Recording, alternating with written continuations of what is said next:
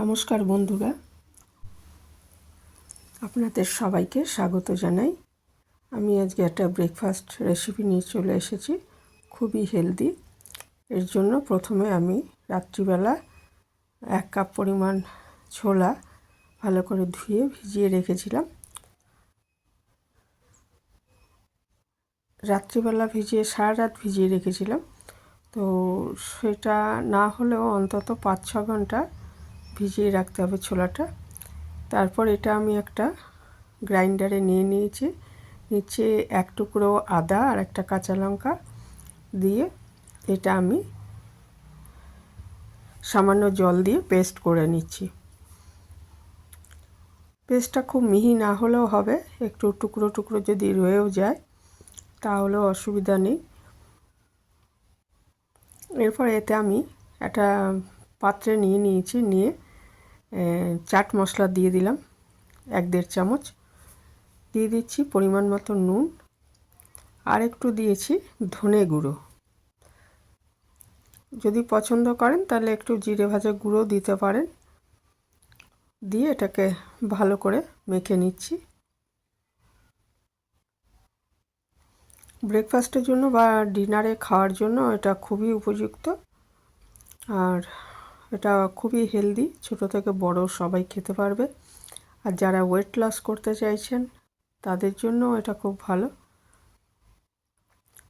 আর high protein, আমরা জানি কালো ছোলা এটা হচ্ছে হাই প্রোটিন খাবার একটা। তো এর সাথে কিছু সবজি মিশিয়ে নেব। একটা গাজর, একটা পেঁয়াজ, কয়েক কোয়া রসুন, মটরশুঁটি, একটু ক্যাপসিকাম, 1 টুকরো ফুলকপি এর বদলে ইয়েও দিতে পারেন, ব্রোকলিও দিতে পারেন। এগুলো একটু ছোট ছোট করে কেটে নিতে হবে বা গ্রেট করে নিতে হবে।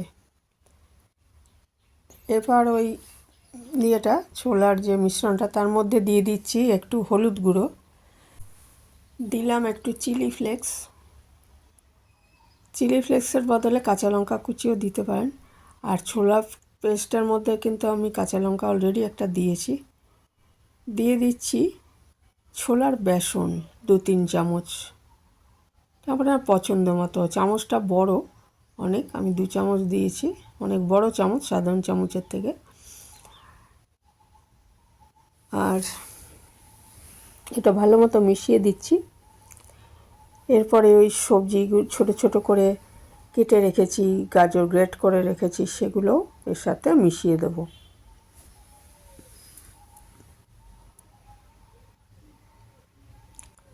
সবগুলো ভালো মতো মিশিয়ে দিচ্ছি। মিশ্রণটা খুব ঘনও হবে না, আবার পাতলাও হবে না।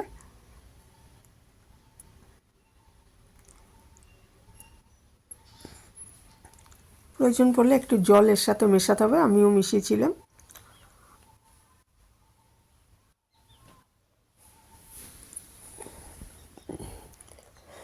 গাজর, ফুলকপি, মটরশুঁটি এগুলো সব গ্রেট করে নিয়েছি। আর পেঁয়াজ, রসুন, ক্যাপসিকাম ছোট ছোট করে কেটে নিয়েছি। এই যে ফুলকপিটা গ্রেট করে নিয়েছি, গাজর গ্রেট করে নিয়েছি, এই মটরশুঁটিও গ্রেট করে নিয়েছি, বাকিগুলো ছোট ছোট করে কেটে নিয়েছি।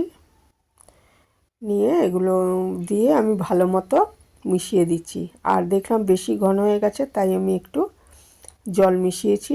ব্যাটারটা যে আগেই বললাম যে খুব পাতলাও হবে না, আবার খুব ভারীও হবে না, এইভাবে করতে হবে।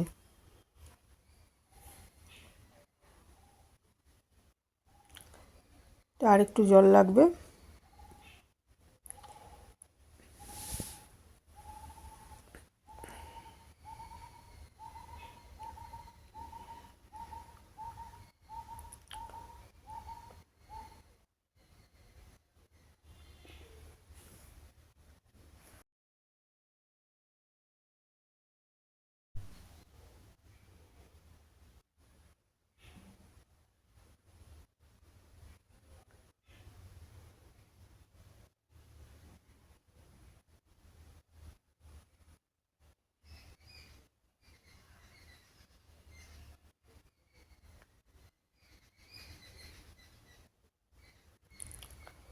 এরপর একটা ননস্টিক তাওয়াতে আমি একটু সর্ষের তেল, এটা সাদা তেলও করতে পারেন, চাইলে বাটারও দিতে পারেন।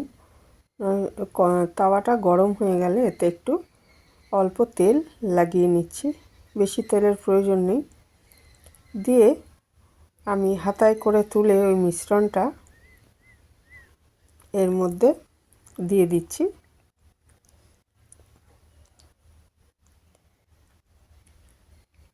যেরকম সাইজের চান, আর একটু ছোটও করতে পারেন। এইভাবে আমি দিয়ে দিচ্ছি, দিয়ে ঢেকে 2-3 মিনিট রান্না করে নেব।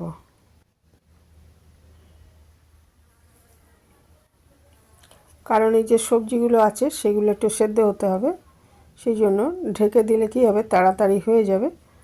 আমি ঢেকে 2-3 মিনিট আগে করে নিচ্ছি। আঁচটা অবশ্যই মিডিয়ামে রাখতে হবে, নাহলে পুড়ে যাবে। লো টু মিডিয়াম রাখতে হবে।